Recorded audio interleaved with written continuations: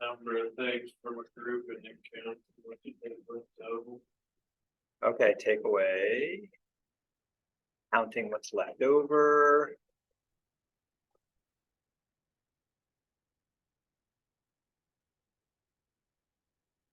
All right. Anything else somebody wants to add? What's up? I got separation things, groups and English sections or steps of an idea. Action or steps of an idea. Separation. Somebody tells you to lose part of something, usually you subtract it from the idea. Yeah. That's interesting. I'm good at English, I'm not so good at math. I don't believe you. You're great at math. Count backwards. I like that.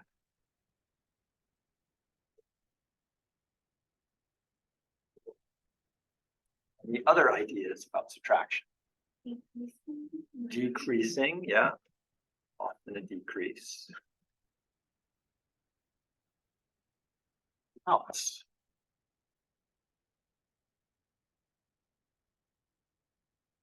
I'm going to give you a situation and think about it just for a moment. Tracy has $27. Keith has $12.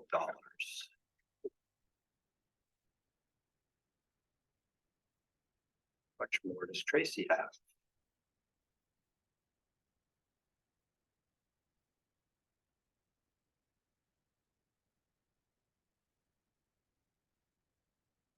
So it's not a takeaway.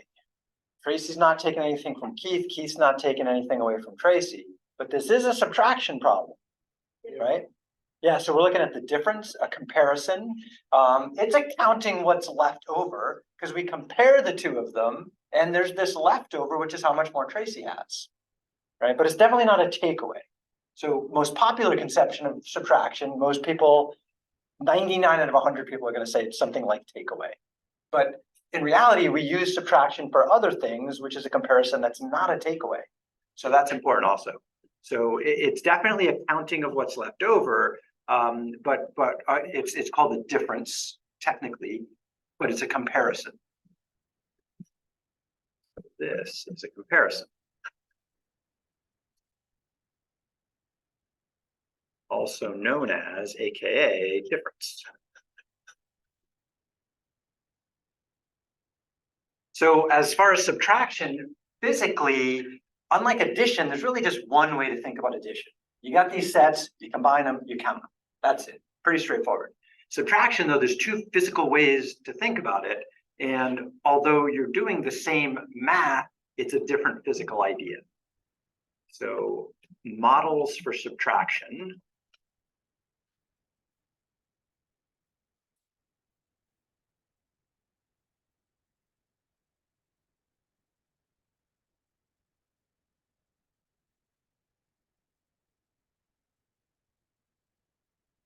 Number one, most popular model is the takeaway model.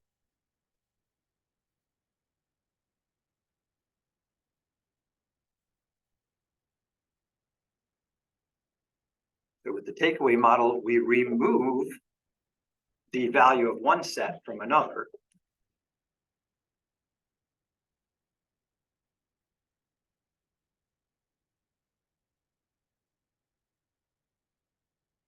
Count what's left.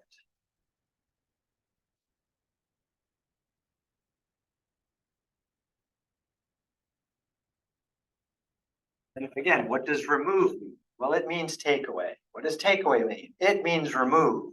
It's something you got to show someone. And by the time kids are doing this in school, they got the idea. They've had things taken away. They've taken away things. They've eaten cookies and they're gone and there's some left, right? So they're used to this physical idea. It's not a big deal. So again, something like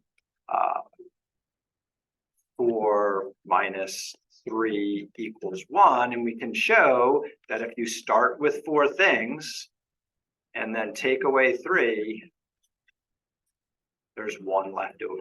Right? It's a pretty straightforward model. It's a little more interesting with base 10 blocks and bigger numbers. We'll do that soon. Then there's the comparison model.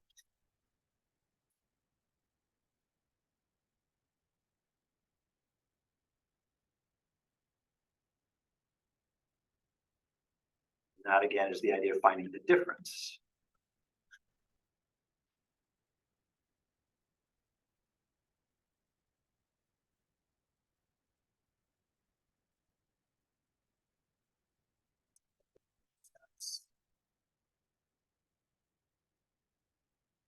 So in this case, we pretty much have to line up the two sets.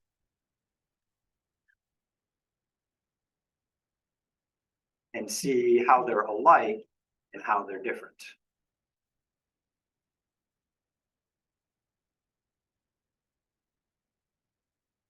But there is no takeaway. We're not removing anything.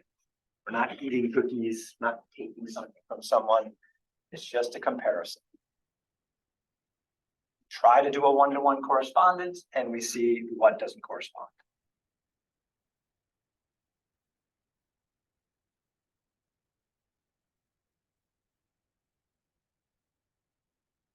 There are a couple of other models. They're not exactly as physical as these, but they're close. So a third possible model would be the number line model for subtraction.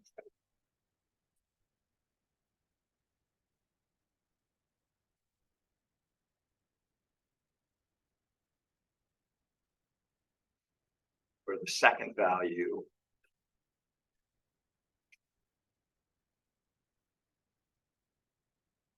goes, whoa.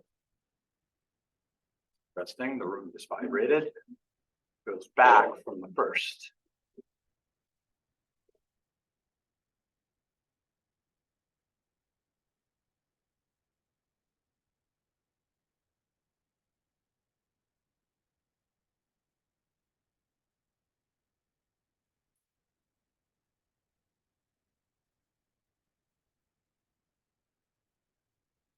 Suppose we wanted to illustrate 7 minus 4.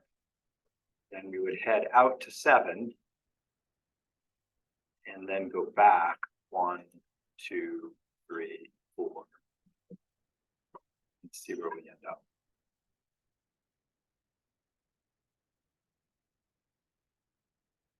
Drawn in a few different ways. That's just one way to draw it.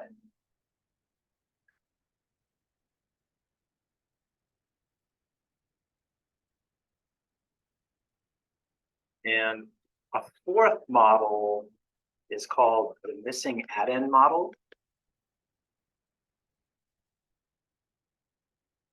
I like to say it's the what do I add?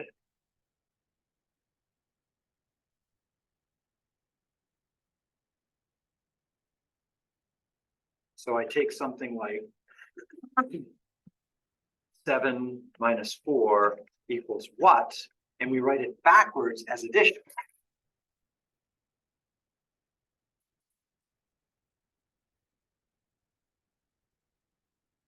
There.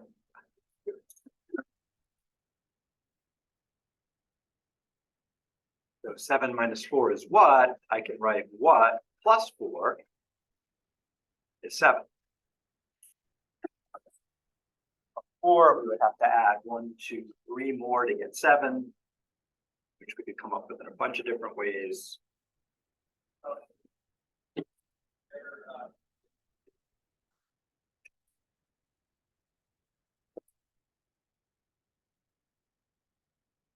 So subtraction is a little bit more interesting than addition. Addition has a couple of models.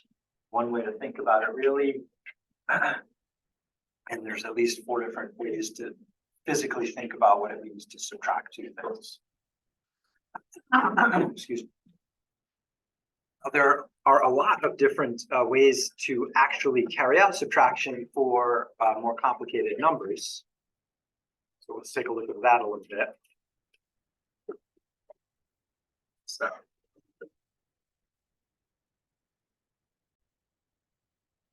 So algorithms, it's just a process. How do you do it? Not what does it mean, but just how do I get the answer? So we have what we call our borrowing algorithm.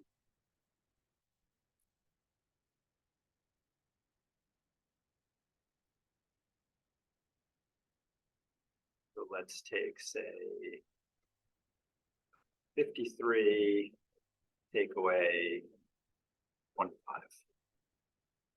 And starting with the ones, we would like to take 5 ones from 3, but there's just not enough ones to do that. And so we have been taught to borrow from the 50 a 10. So instead of having 5 10s and 3 ones, we now have 4 10s and 13 ones, which is the same amount of stuff.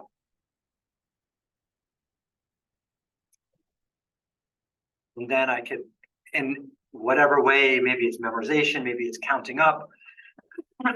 13 minus 5 is 8. And then 40 minus 20 is 20. So we should get an answer of 28 there. Now, it's often these days not called borrowing, what it was called when I grew up, but they call it the renaming algorithm. Hold on. Go ahead. Sorry.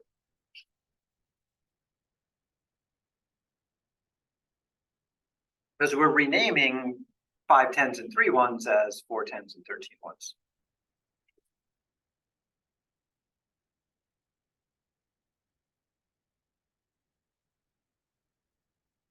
Now, there are many countries in the world where this is not what's taught. They have other methods of doing it. So I just want to show you a few other ways to do it. So we looked at the Hindu addition. Let's see what Hindu subtraction would look like.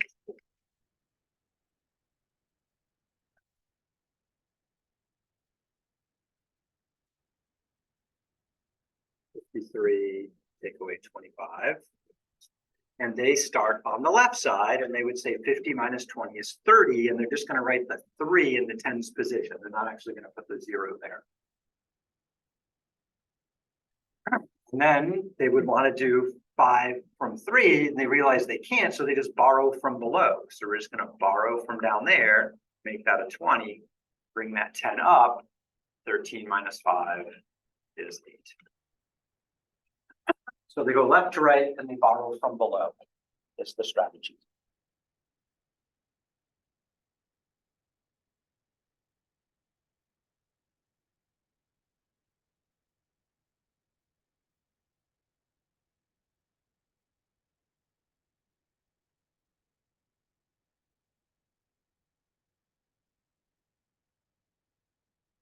Next, my favorite I showed the other day is the equal additions algorithm.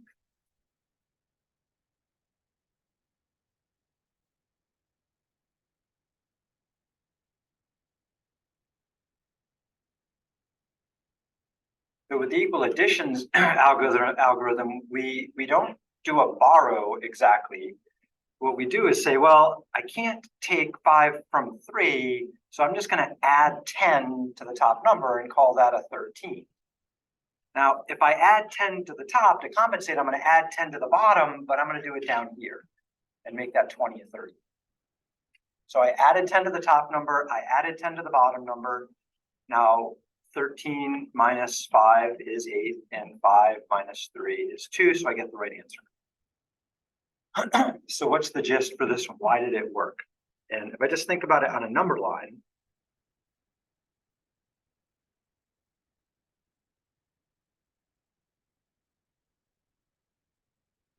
say 10, 20, 30, 40, 50,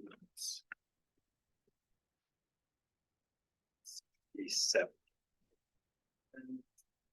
30, 40, oops, so there, 50, 60, 70. So the two numbers I was trying to subtract, 25 lives about here, and 53 lives about here, and I'm trying to figure out how far apart they are. What I did here was I just shifted each number up 10. So this is really not 53 now, it's 63 because it's 5 10s and 13 ones. So now I just moved that number up 10 to here. Maybe just a little shift there, but we did the same thing here. We shifted 25 to 35, so it ends up here, and the numbers are still the same distance apart. I just moved them along to a place that they were easier to work with.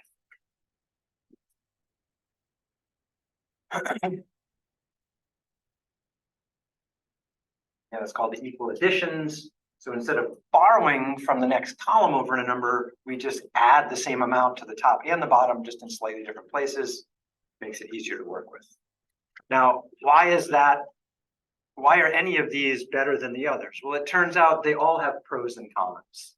And this is different things done around the world, but equal additions does have a pro, I think, to borrowing.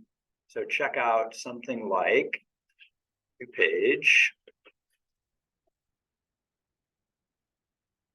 2001 minus 1947. With this borrow right here, it's kind of a pain because there's nothing to borrow from here or there. So the 1 minus 7 is a problem, 0 minus 4 is a problem, 0 minus 9 is a problem. So the strategy here is, well, I have to go all the way over to the 2000, make that a 1000, and then I bring 1000 over here as 10 hundreds. But then I got to take one of those, make that a 9, make that 10 tens. But I still need to borrow from there, so finally I can get something over here, right? That messes with a lot of kids. That's hard. Sometimes things are just hard. Check out the equal additions version of that. So 2001 minus 1947. With the equal additions algorithm, I only have to worry about one at a time. So 1 minus 7 I can't do, so I make that an 11 and I bump up the 4 to a 5. So again, I'm adding 10 here and I'm adding 10 there. 11 minus 7, no problem. I can do that and get a 4. 0 minus 5 I can't do, so I just bump and bump. 10 minus 5 is 5. 0 minus 10, bump that up, bump this up. 10 minus 10 is 0, 2 minus 2 is 0, so the answer's got to be 54. So I can just go one column at a time, shifting things as I need to. Here we got to borrow across. We're still going to get the same answer, it's just this is a bit harder. Now, am I arguing that we should start teaching this in the United States? No, but you will see it pop up in some worksheets and some textbooks. And you always have a mix of kids in the class. So this could be helpful for a couple of reasons. You have the kid that gets his work done and is bored. Okay, cool. Give him a little worksheet with a different kind of subtraction. That'll keep him busy. But then you get the kids who are like really struggling with this and they might get this, it might click. Now, there's also the downside that this will confuse them too, right? And then we just got to keep working on this one right here because that's what's commonly taught. Fun algorithms. There are a lot of other ways subtraction is done around the world. I'm going to stop with these for now, and I'll do some more examples of these next class, along to show you a couple of the ways people subtract around.